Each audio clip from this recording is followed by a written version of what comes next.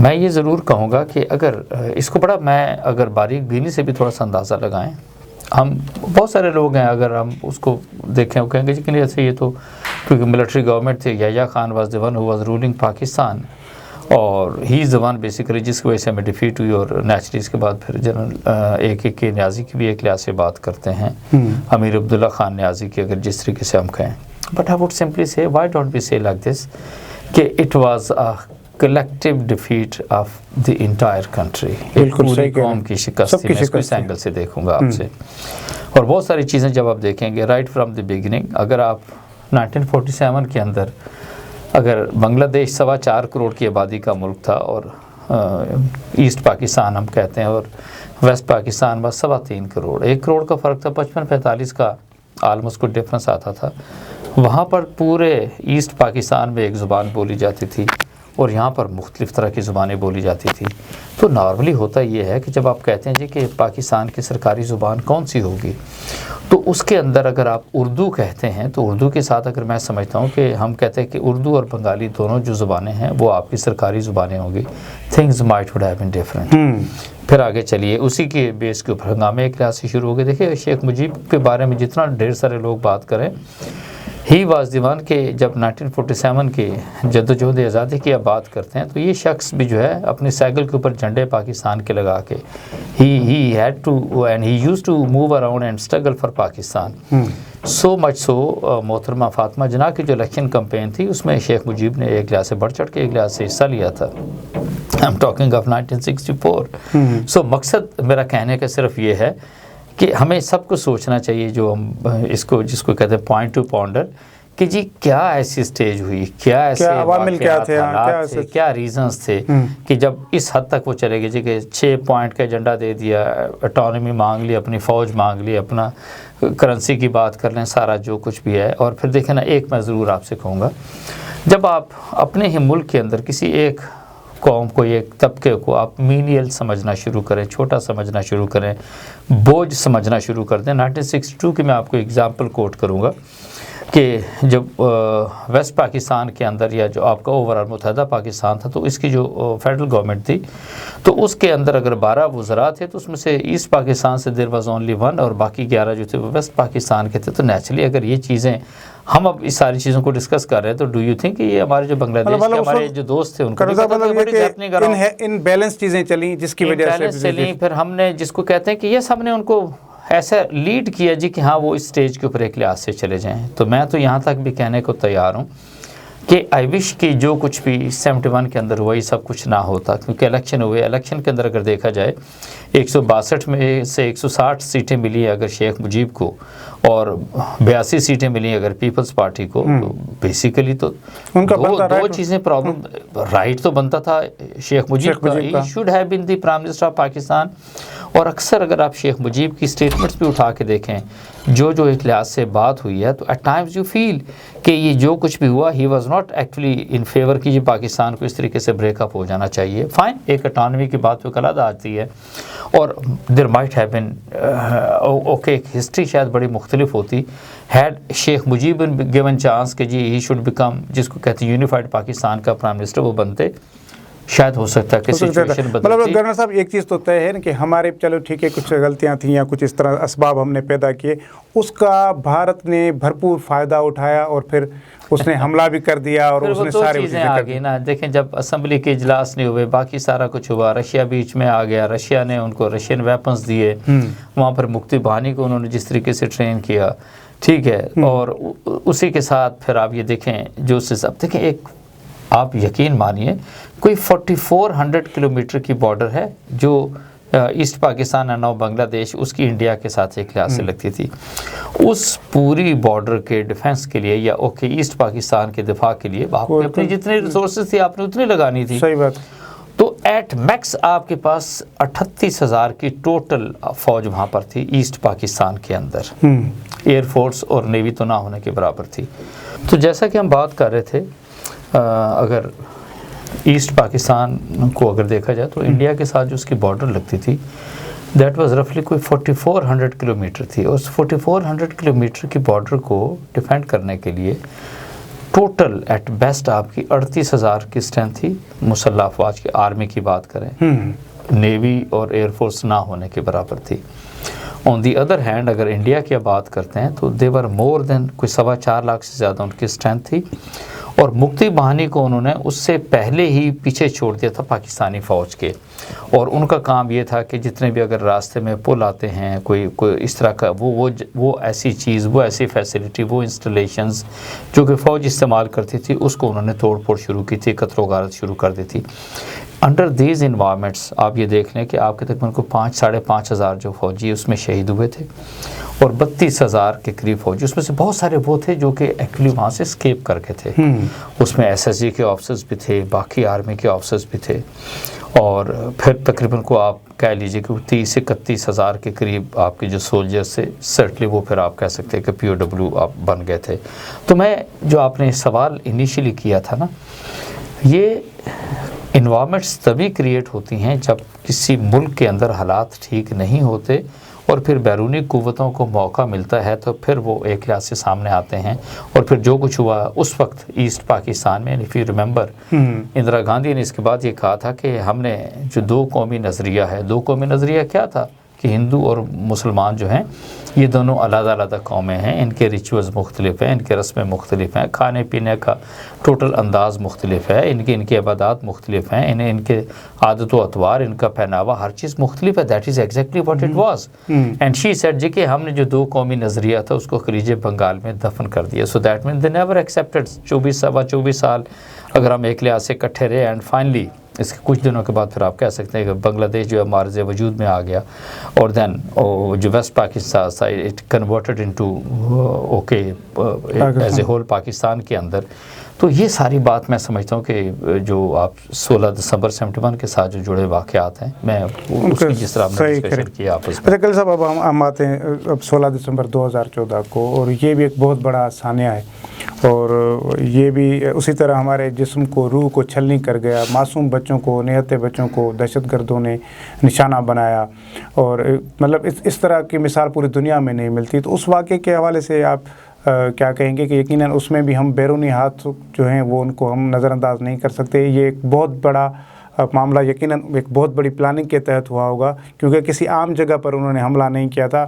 APS Peshawar پر حملہ یقیناً جہاں ایک بہت زیادہ ٹائٹ سیکیورٹی ہوتی ہے وہاں پر انہوں نے اس طرح کا حملہ کیا، تو اس میں بھی بیرونی ہاتھ آپ کس حد تک ملوث دیکھتے ہیں؟ دیکھیے جہاں تک تو APS کی بات کرتے ہیں، اگین وی کم ٹو 16 دسمبر، تو دونوں کو جوڑیے، چاہے 16 دسمبر 71 کی بات آپ کرتے ہیں، 16 دسمبر 2014 کی بات کرتے ہیں، تو یہ بالکل اس کو آپ کہہ سکتے ہیں کہ ہاتھ ڈھونڈنے کی ضرورت نہیں، یو انڈرسٹینڈ اس کے پیچھے کون تھا۔ سرٹلی اس کے پیچھے آپ یہ کہہ سکتے ہیں کہ انڈیا تھا، انڈیا نے ان کو آپ کے ان کو فنڈ کیا، ان کو ویپنز دیے، ان کے لیے پلاننگ کی، ان کو لانچ کیا۔ TTP نے کیا، TTP نے اس کو کلیم کیا۔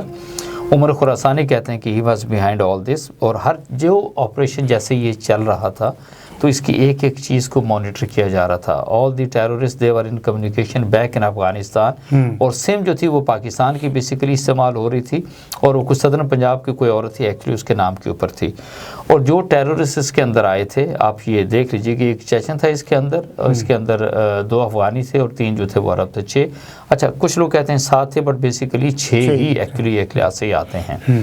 اچھا پھر یہ ہو نہیں سکتا کہ اگر آپ اتنی ویپنز کے ساتھ، اتنے اسلحہ گولہ بارود کے ساتھ ایک لحاظ سے آتے ہیں اور ایسے ہی آ جائیں، آپ کو پتہ نہ ہو آپ نے جانا کدھر ہے۔ سو یہ ایسا ہوا ہے کہ اس جگہ کا جو وہ کینٹین والا تھا، he was the one actually he was working in کنامس، اور آپ یہ دیکھ لیں جیسا بھی آپ تو وہ ہینگ ہو چکا ہے، بٹ آئی وڈ سے کہ آپ یہ دیکھیں کہ پیسے کا لسٹ، ٹھیک ہے، اور اس کے بعد کیسے لوگوں کا مائنڈ تبدیل ہوتا ہے اور پیسے کو، اور پیسے سے کیسے خریدے جاتے ہیں۔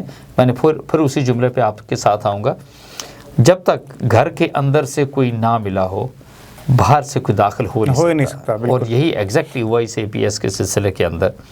یعنی امیجن کریں، مطلب ہم جو بھی کہ ہمارے لیے امریکہ کے تو 9/11 کو اسٹل آئی ڈونٹ ایکسیپٹ، میں اس کو ڈینائی کرتا ہوں کہ اس کے اندر تو بہت ساری سٹوریز ہیں۔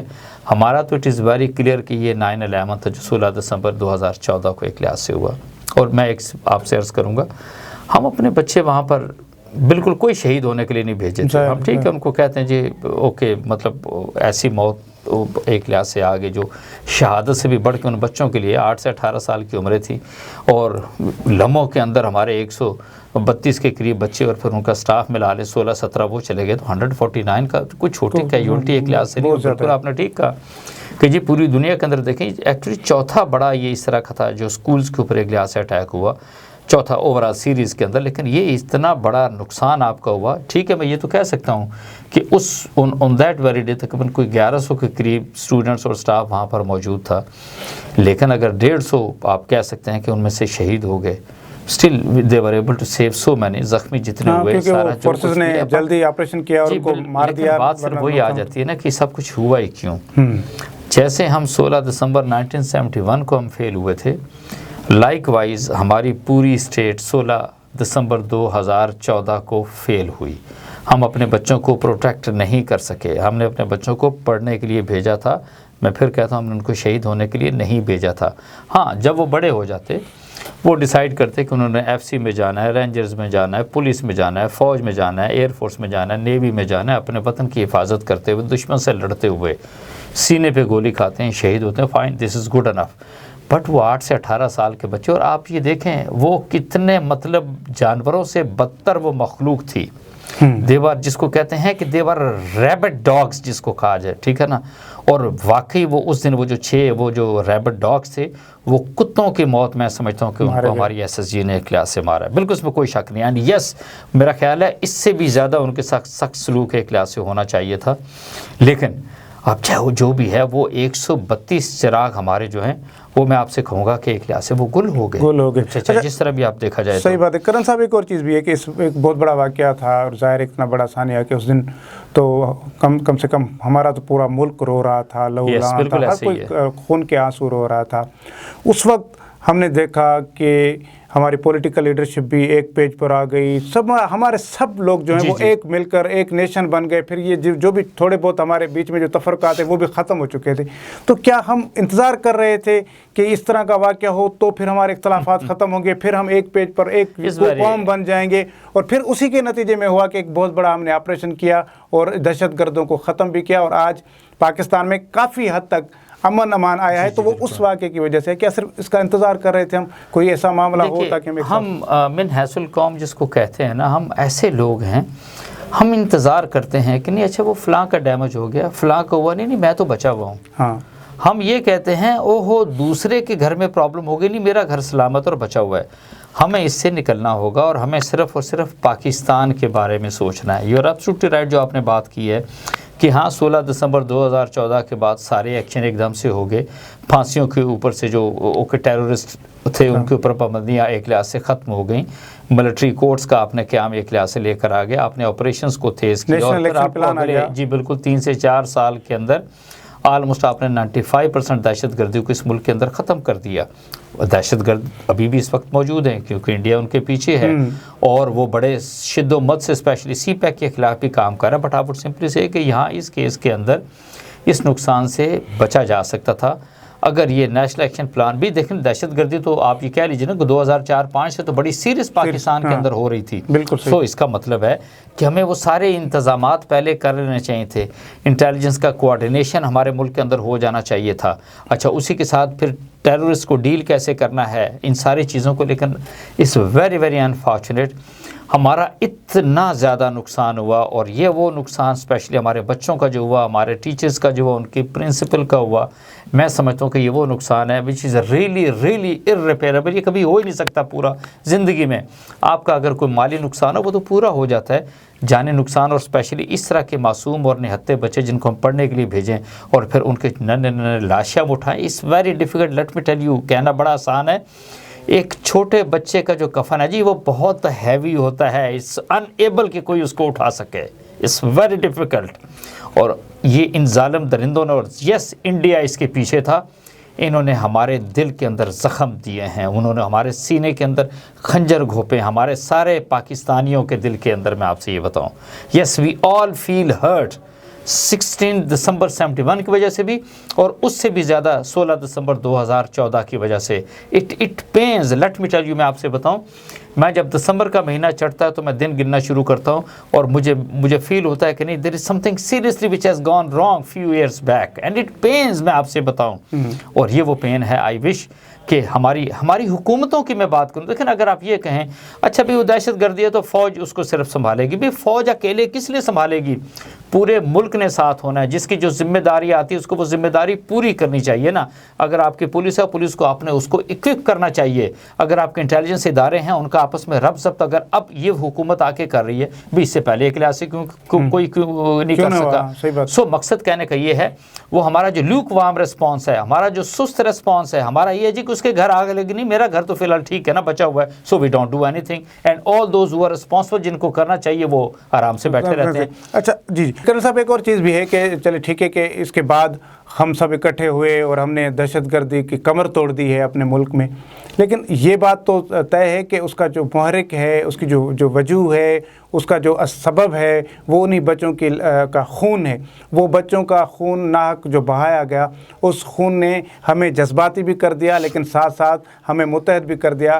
میں سمجھتا ہوں کہ جو آج ہم نے دہشت گردی کی کمر توڑ دی ہے, جس طرح آپ بھی کہہ رہے ہیں کہ 95% سے ابو ہم دہشت گردی کو ختم کر چکے ہیں, اس کا سہرا میں سمجھتا ہوں کہ پورے کا پورا اس اے پی ایس کے شہدا بچوں کی طرف جاتا ہے, کیونکہ ان بچوں کی وجہ سے ہی ہم سب ایک بھی ہوئے اور اس کے نتیجے میں یہ ہوا کہ ہم نے دہشت گردوں کا مقابلہ کیا. نہ صرف فوج لڑی دہشت گردوں سے, ہمارے تمام ادارے, ہمارے انٹیلیجنس ایجنسیز اس دہشت گردوں سے لڑیں, بلکہ ہمارا ایک عام شہری پھر دہشت گردوں کے مقابلے میں کھڑا ہو گیا. بالکل ایسا ہی, I do agree with you, بالکل ہی ایسا ہے. اور میں یہ سمجھتا ہوں کہ اگر آپ نے اس دہشت گردی کو جنگ کو آپ نے اگر جیتا ہے, اس کے اندر بہت بلیڈنگ ہوئی ہے پاکستان کی. سرٹلی ہمارے ان معصوم نہتے بچوں کا جو فرسٹ ایڈ کا سبق وہاں پہ لے رہے تھے اس آڈیٹوریم کے اندر, اور جس طریقے سے ان کو مطلب مجھے I can't have the guts or the force to tell you کہ ہاں یہ سارے کے سارا کس طریقے سے ہو. اس بارے ڈیفیکلٹ ہے کہ جو کچھ بھی ہوتا ہے بچے سب کے سانجے ہوتے ہیں. آپ اپنے بچوں کے اندر, مجھے اپنے بچوں کے اندر ان اے پی ایس کے ان شہداء کی تصویریں نظر آتی ہیں and I see their faces actually in my childrens face. تو میں بالکل یہ آپ سے ایگری کرتا ہوں کہ ہاں اس کے بعد پھر اگر یہ آپ ایک پوری قوم کو ایک پیج کے اوپر لے کر آ گئے, پورا ملک, آپ کی ریسورسز, آپ کی ساری اسٹرینتھ اگر ایک پوری قوت کے ساتھ دہشت گردی کے خلاف گئے تو سرٹلی آپ نے ان کو ڈیفیٹ بھی کیا.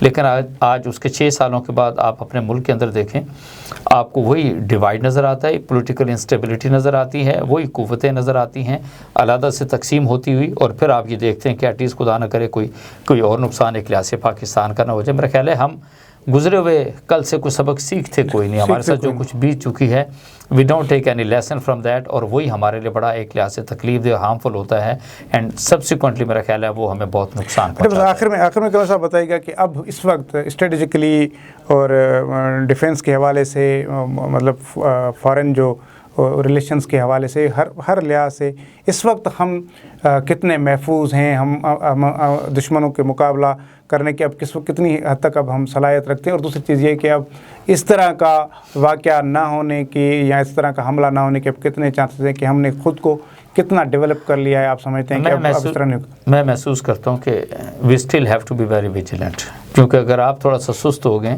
تو دشمن تو آپ کا سست نہیں ہوا. انہوں نے 500 ارب روپیہ جو ہے, بلکہ 80 ارب روپیہ جو ہے وہ انہوں نے مختص کیا ہے صرف سی پیک کے روٹ کو ڈسٹرب کرنے کے لیے. اچھا بلوچستان کے اندر بھی اس طرح کی کیفیت آپ کو نظر آتی ہے, وہاں پہ بھی گروہ نظر آتے ہیں آپ کو.